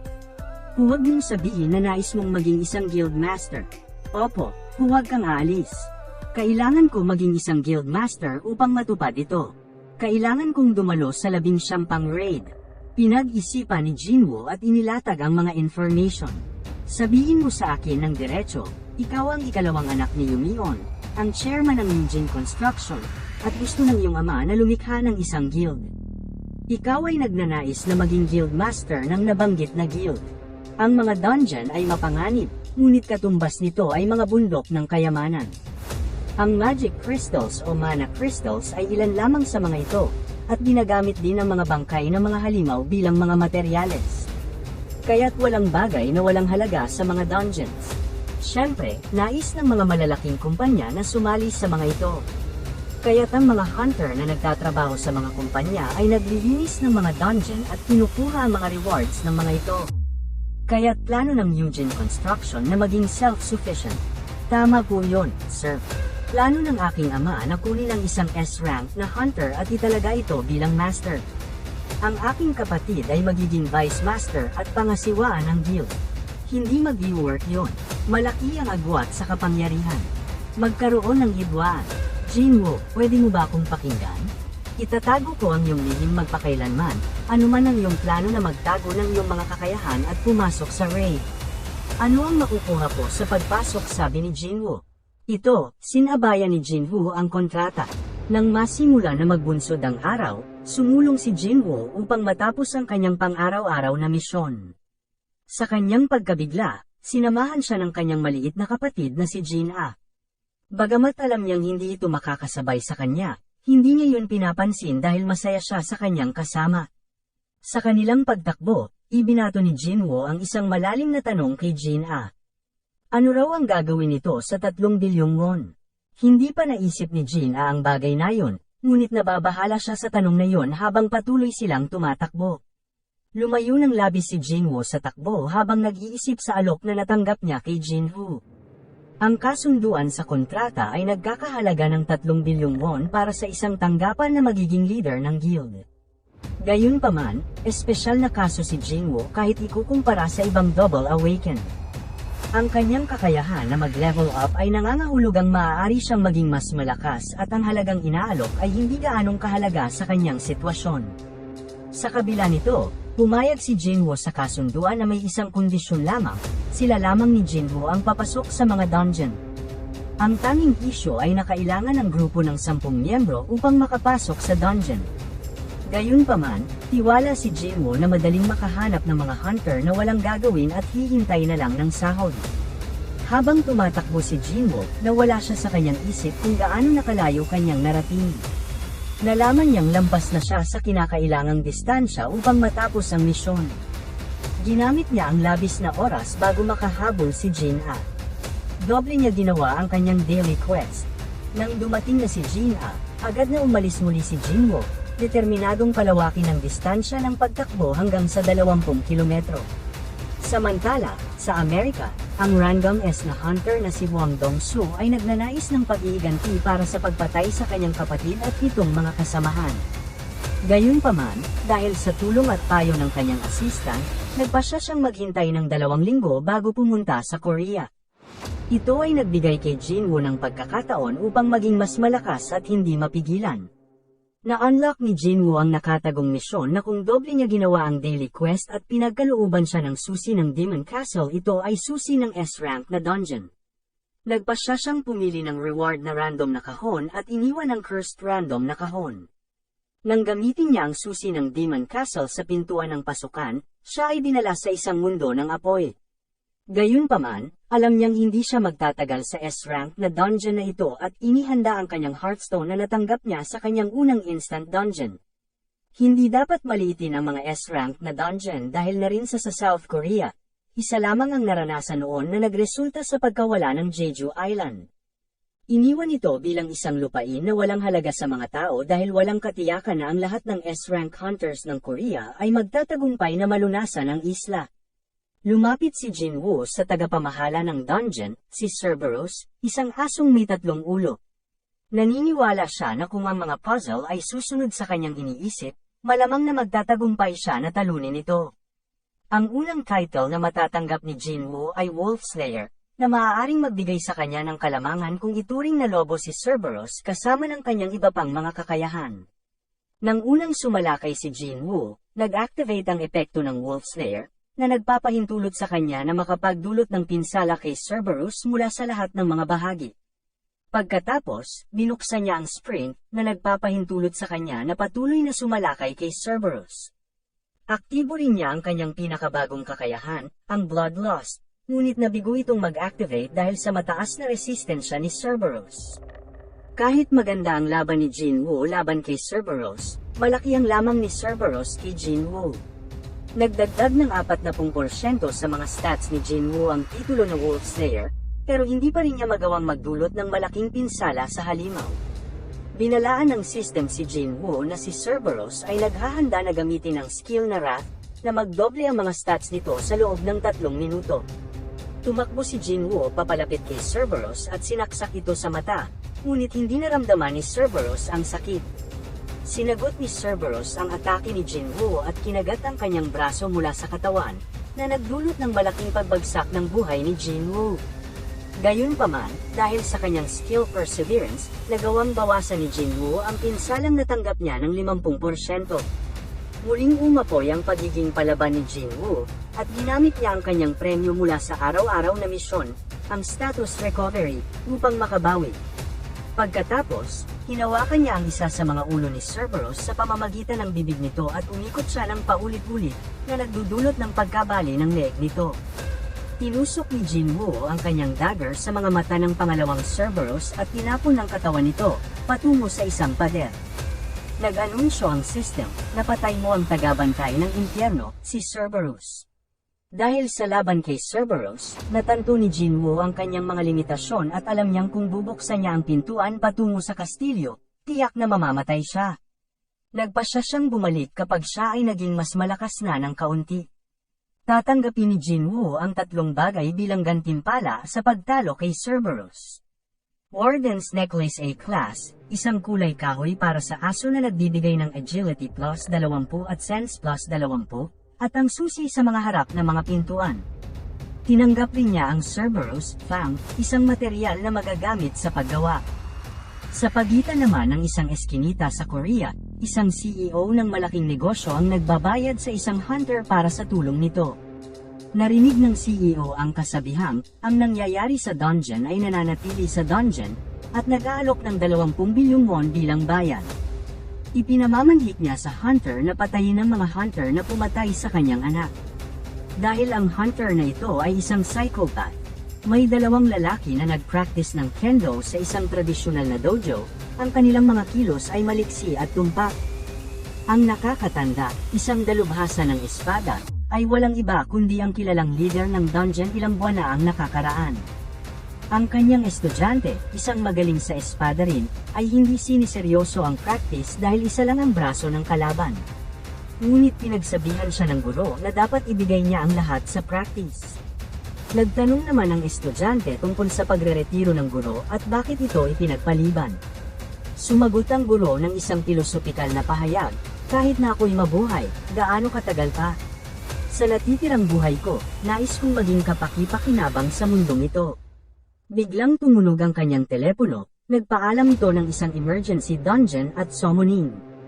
Dumadami na ang kanyang natatanggap na mga summoning sa mga naglipas na araw. Ang dungeon na tinawag siya ay D-rank lamang, ngunit siya'y naglakad sa daan, napapalibutan ng bumabagsak na mga cherry blossom, nawawala sa nag-iisip tungkol sa kanyang sitwasyon. Nag-isip siya kung bakit siya, isang swordsman, ay nagising bilang isang mage. Ang mga kasanayan sa espada na kanyang inaral ng 10 taon ay walang silbi sa dungeon. Dapat mayroong dahilan para sa kakaibang pangyayaring ito. Samantalang naglalakad siya, kumapit ang kanyang pansin sa isang pamilyar na mukha, na nag-abala sa kanyang iniisip. Lumapit ang taong yon at sinabi, "Excuse me. Ikaw ba si Ginoong Song?" Nakakagulat, dahil wala nang gaanong pagkakahawig si Jinwoo sa dati niyang anyo at sa estado ng kanyang paa. Sinabi ni Jinwoo na hindi niya alam kung ano ang nangyari, ngunit nang nagising siya sa ospital, nasa ganitong kalagayan na siya. Natuwa siya at malaking ginhawa dahil ikaw ay nabuhay, at sinabing hindi maganda para sa isang binatang tulad niya na maging may kapansanan. Dalawa sila ay tinawag ng guild at natuklasan na ang iba pang mga nakaligtas noong mapanganib na araw ay naroon rin. Nagtayo sila roon, nagbabalik tanaw at nagpapagaling ng mga lumang sugat. Si Juhee, partikular na nagulat sa kasalukuyang kalagayan ni Jinwoo at ipinaalam sa kanya na siya'y hinahanap. Ang kanilang pagkikita ay naabala ng isang van na puno ng mga bilanggo na hunter na kasama sa raid dahil sa kakulangan ng mga hunter sa lugar. Silang lahat ay C-rank, at ang kanilang tagapag-alaga ay ang D-rank na psychopath na nauna nang nabanggit. Natanto ni Jinwoo na may mali at hiningi kay Juhee na umalis sa raid. Gayunpaman, pinilit niyang sumama kung pupunta si Jinwoo. Habang naglalakad ang grupo papunta sa pinto, hindi sila makapagpigil sa damdaming baka ito ay maaaring isa na namang mapanganib na araw. Sa kailaliman ng dungeon, sa wakas ay natanggal ang mga kedena mula sa mga bilanggo. Nagpakilala ang tagapag-alaga ng grupo, at hiniling ni Jinwoo na si Ginoong Sang ang muling maging leader. Ngunit nagpa-humble si Ginoong Sang, at tumanggi na bagamat ang kanyang pagkakamali ay nagdulot ng kamatayan ng 11 tao, at dahil kay Jinwoo na 6 ang nakaligtas. Pinuri niyang taos-puso si Jinwoo bilang parangal sa mga namatay at humingi ng pagsang-ayon ni Kim para sa desisyon. Gayunpaman, tila hindi pa lubos na naghihilom ang lahat ng mga sugat. Sa paglaban ng mga bilanggo, mahirap malaman kung sino ang tunay na mga halimaw. Napatunayan ni Jinwoo ang kanyang sarili sa unang labanan, pinahanga ang lahat sa kanyang kasanayan. Gayunpaman, habang pinagmamasdan niya ang mga paghihirap ni Juhee laban sa mga goblin, natanto ni Jinwoo na malapit ng kailanganin ni Juhee ang magretiro sa pagiging hunter. Sa kabaligtaran, napansin ni Juhee ang mga pagbabago sa kanya, mula sa isang dating walang pag-asa tungo sa isang kalmado at may tiwala sa sarili. Sinasabi na siya ay tunay na naging isang lalaki. Nang marating ng grupo ang isang pagkakabahagi ng landas, nagmungkahi ang mga miyembro ng hatiin ang kanilang sarili sa 3 grupo. Ang mga kriminal at ang kanilang tagapag-alaga ay kukuha ng kanan na landas, sina Jinwoo at Sang ay kukuha ng kaliwa, at ang iba ay dadaan sa gitna. Kapag mayroong nakadiskubre ng tahanan ng boss, dapat itong kaagad na ipaalam sa iba. Gayunpaman, nararamdaman ni Jinwoo ang intensyong pumatay ng tagapag-alaga na umaagos mula sa kanya, kaya't nag-iingat siya sa tunay na hangarin nito. Tumuloy si Jinwoo at Sang sa kaliwang landas, dahil umaasa si Jinwoo na matatagpuan niya ang boss para sa mas malaking gantimpala ng experience points. Samantala, nakita ng psychopath na pagkakataon nito upang patayin ang mga bilanggo, nag-imbento ng kasinungalingan tungkol sa kanilang pagkamatay sa kamay ng 100 goblin. Sa wakas, si Kim, puno ng pagsisisi sa pag-iwan kay Jinwoo, nangako na humingi ng paumanhin dito pagkatapos ng raid. Waring naiwan ang swerte ni Kim nang siya'y makasalamuha ang psychopath na kakatapos lamang patayin ang huling bilanggo. Pinagtagpo sila ng kapalaran, ngunit hindi magandang sitwasyon para sa dalawang hunter.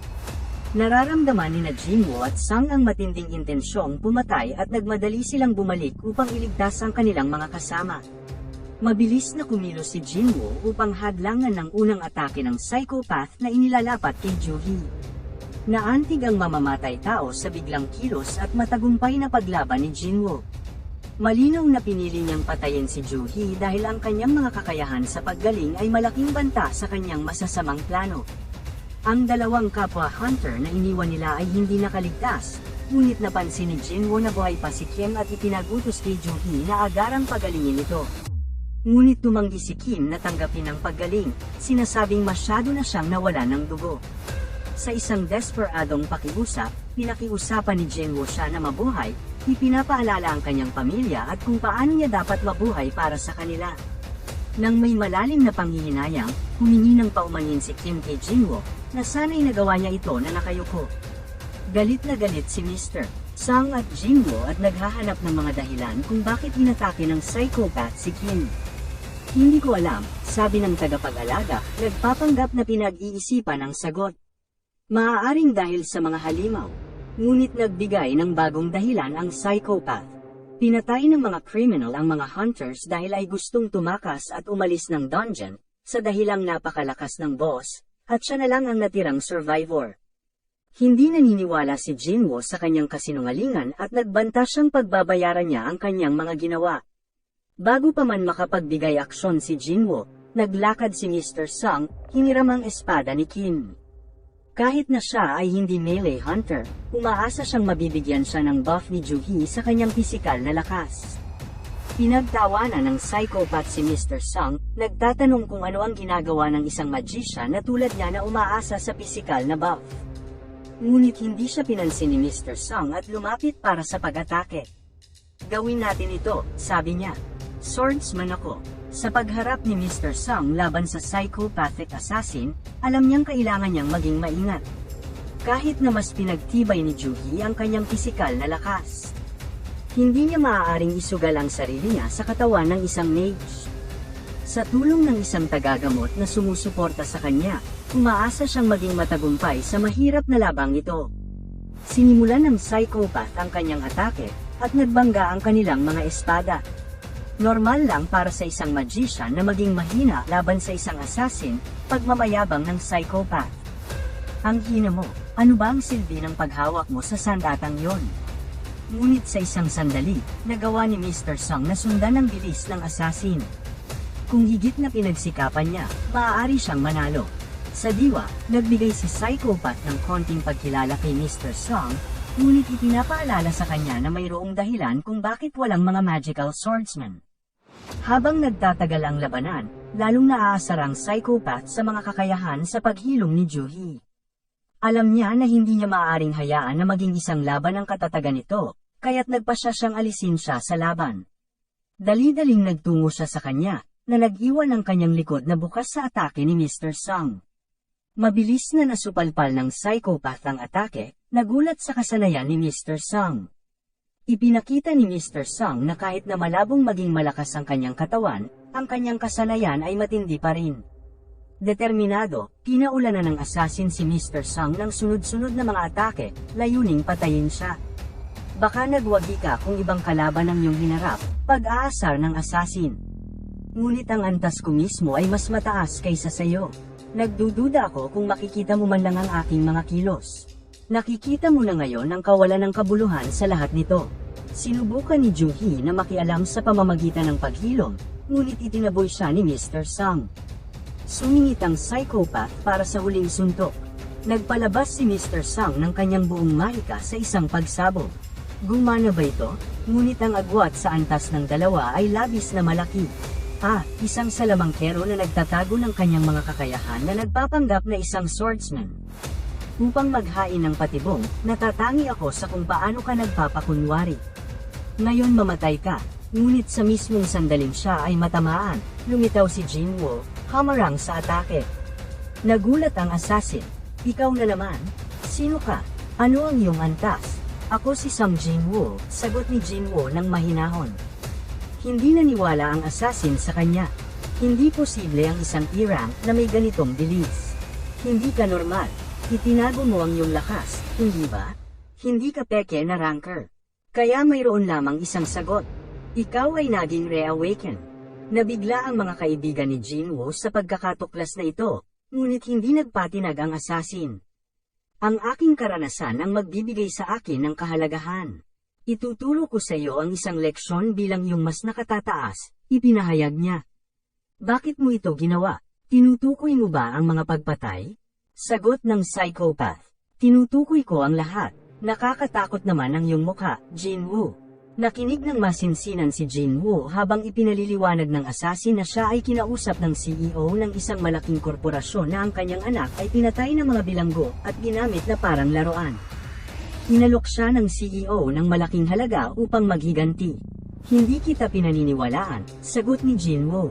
Maaaring sabihin mo yon, ngunit ang iyong mukha ay nagsasabi sa akin na gusto mo kami turuan ng leksyon at ipakita kung sino ang mas malakas. Mali ba ako? At wala akong balak na paniwalaan ang isang taong mahilig magsinungaling. Bigla na lang, sinugod ng psychopath at nagkasagupa ang kanilang mga espada. Hindi mahalaga kung naniniwala ka sa akin o hindi, sabi niya. Nakakalungkot lang na kayong lahat ay mamamatay kasabay ng mga insektong yon. Ikaw rin ay nakakaawa, Jinwoo, sinagot niya. Dahil mamamatay ka rin dito. Jinwoo, hindi ko alam kung ilang antas na ang iyong nakuha, ngunit hindi ito magiging madali tulad ng inaakala mo. Masyado kang mabagal. Hinamon ng psychopath si Jinwoo. Ito na ba ang iyong pinakamabilis na galaw? Kung hindi kayang sundan ang iyong katawan, walang saysay yon. Natanto ni Ju-hee na nahuhuli si Jinwoo sa labanan kaya't binigyan niya ng haste si Jinwoo, upang bigyan siya ng kalamangan sa laban. Natanto ng psychopath na kailangan niyang tumigil sa kahibangan o mamamatay siya ngayong araw na ito. Nagpalitan sila ng mga suntok sa loob ng dungeon, at ang magagawa lamang nina Mr. Song at Ju-hee ay pumalayo sa laban. Bumanggit ang psychopath na kahit na magkapareho sila ng bilis, malaki ang agwat nila sa karanasan. At ang agwat na yon ang magiging sanhi ng iyong pagkatalo, Song Jin-woo. Pagkatapos nito, sinimula ng psychopath ang biglaang atake kay Joo-hee. Ngunit sumabay si Mr. Song upang harangin ito, subalit naloko siya. Binago ng psychopath ang kanyang landas at ibinuhos ang sunod-sunod na mga atake kay Jin-woo. Pasensya na, subalit maaari mo bang ibaba ang iyong intensyon ng pagpatay? Aktibo ang system ni Jin-woo ang emergency quest, dahil napakasensitibo nito sa intensyon ng pagpatay. Walang pagpipilian si Jin-woo kundi patayin ang psychopath, sapagkat hindi ipapahintulot ng system na mapatay si Jin-woo. Sa gayon, sinimula ni Jin-woo ang susunod na atake, nagulat ang psychopath na noon ay nasa lamangan. Nagpapasalamat si Jin-woo sa system sa unang pagkakataon. Binigyan siya nito ng ibang dahilan upang patalsikin ang psychopath. Hindi nagpatinag si Jin-woo sa mga panlalait ng psychopath. Alam niya na siya ang pinakamahusay na kontra sa psychopath, bilang isang A-class na may espesyalisasyon sa mga dagger at agility, isang close-range damage dealer, at isang assassin. Gayunpaman,